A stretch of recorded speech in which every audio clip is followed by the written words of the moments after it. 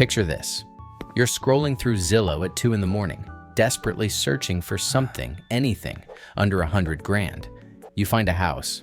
It's rough, real rough. Maybe the roof is caving in. Maybe there's a family of raccoons living in the attic. But hey, it's under 6 figures. You think to yourself, can I actually afford this? Well, today we're going to break down exactly who can afford a $100,000 house in 2026, and spoiler alert, the answer might surprise you because it's not as simple as you think. I'm Max, and I've analyzed hundreds of real estate deals. I've seen people with 6-figure incomes get denied for mortgages, and I've seen people making 40 grand a year successfully buy homes. The system is weird, it's complicated, and most people have no idea how it actually works. So let's dive in. The brutal math nobody talks about. Here's what they don't tell you about buying a $100,000 house. The purchase price is just the beginning. You're not just paying 100 grand, not even close. Let's break down what you're actually looking at. First, the down payment. Most people think you need 20% down, which would be $20,000.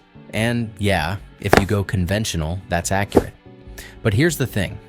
There are programs where you can put down as little as 3%. That's $3,000 on a $100,000 house. Sounds amazing, right? Hold on, because now we need to talk about closing costs.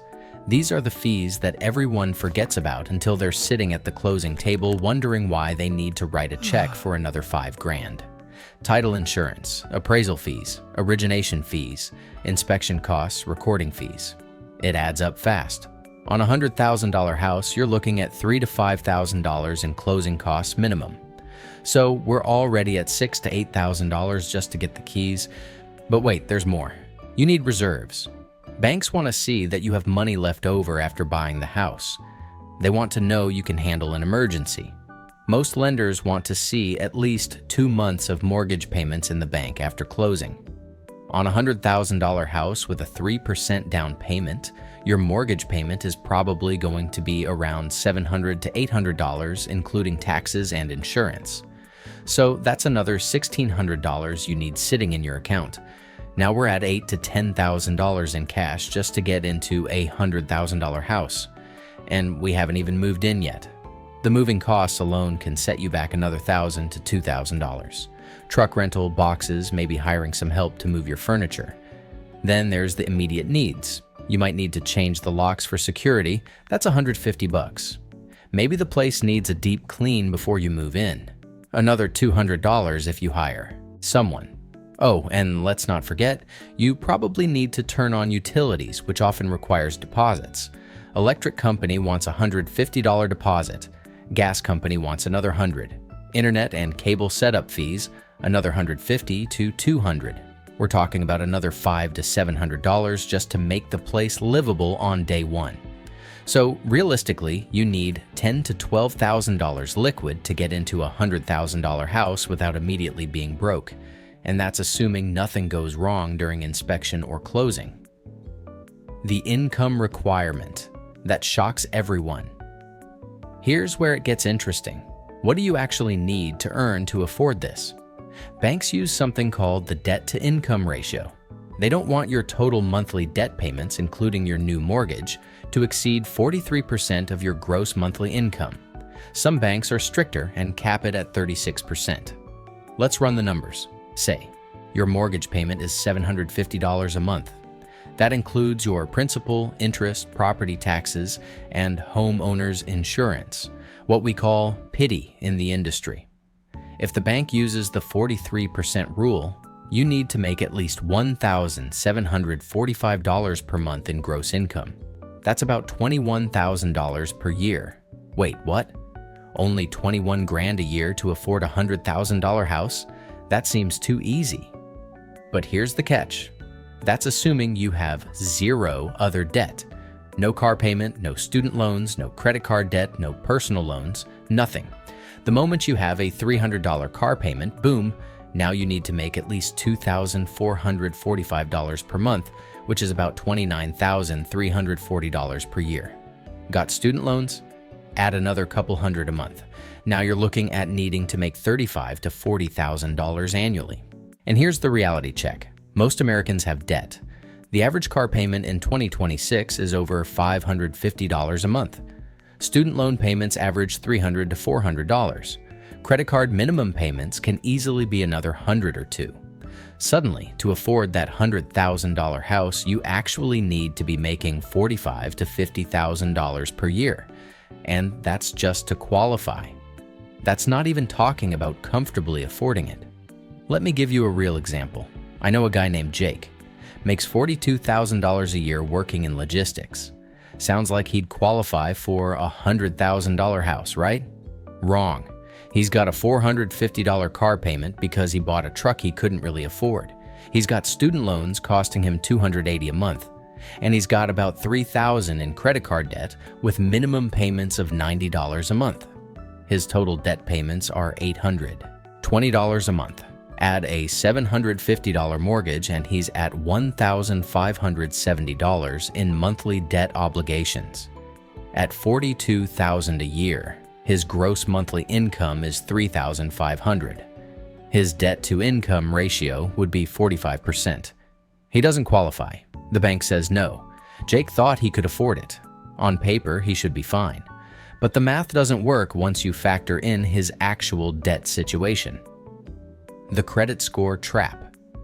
Let's talk about credit scores because this is where dreams go to die. You need a minimum credit score of about 580 to qualify for an FHA loan with 3.5% down. Sounds doable, right? But here's what they don't tell you. That minimum score gets you the worst possible interest rate. With a 580 credit score on a $100,000 house with 3.5% down, you might be looking at an interest rate of 7 to 8% or higher. That's a monthly payment of around $700 just for principal and interest. But if you have a 740 credit score, you might get a rate of 6%, which drops your payment to about $580. That's a $120 difference every single month. Over 30 years, that's $43,000 more you're paying just because your credit score is lower. So yeah, you can technically afford the house with a 580 score, but you're getting absolutely destroyed on the interest rate. And building credit takes time. If you're starting from scratch or rebuilding after some financial disasters, you're looking at 6 months to a year minimum to get your score to a decent place. Most people don't know this until they're already trying to buy and the lender tells them to come back in 6 months. Here's what most people don't understand about credit scores. It's not just about paying your bills on time. That's important, obviously, but it's only 35% of your score. 30% is based on how much of your available credit you're using. If you've got a credit card with a $2,000 limit and you're carrying a $1,900 balance, your score is getting hammered even if you never miss a payment. Then there's length of credit history, 15% of your score.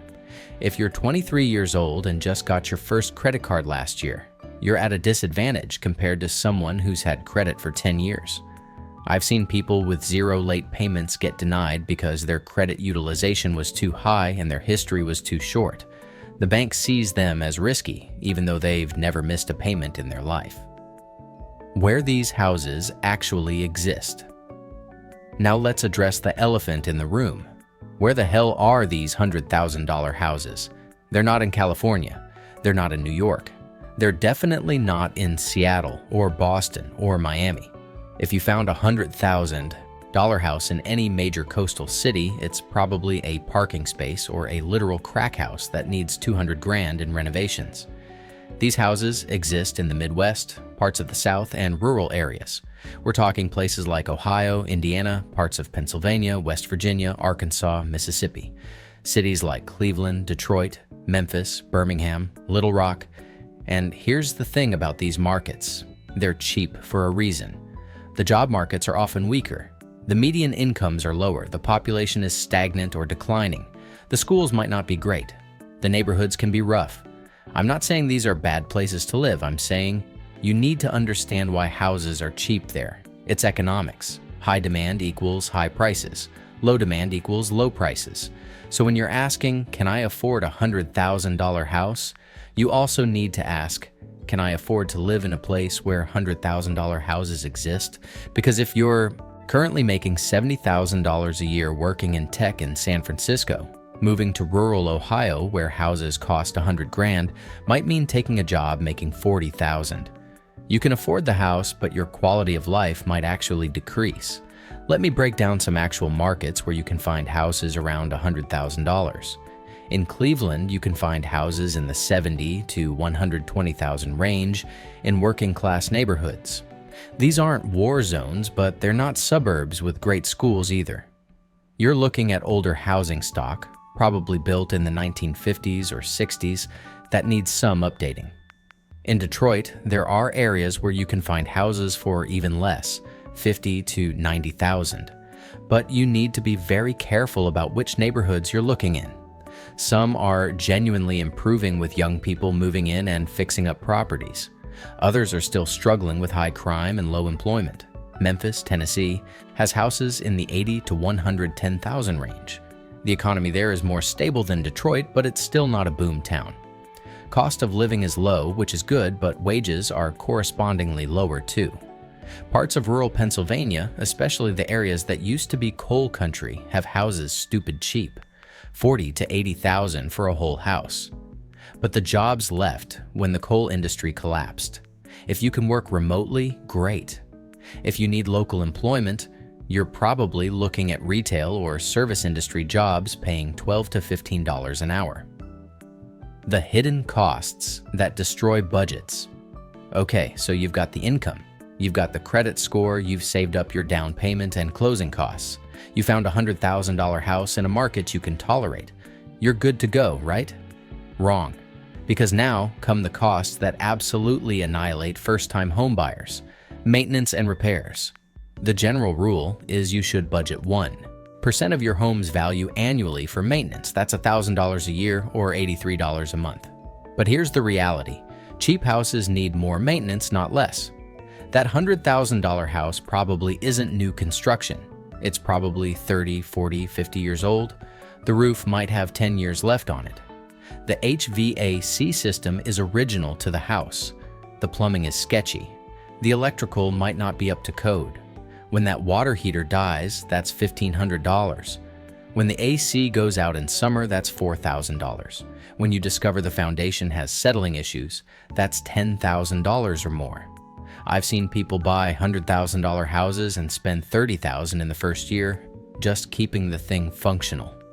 Suddenly, your affordable house is costing you more per month than renting would have.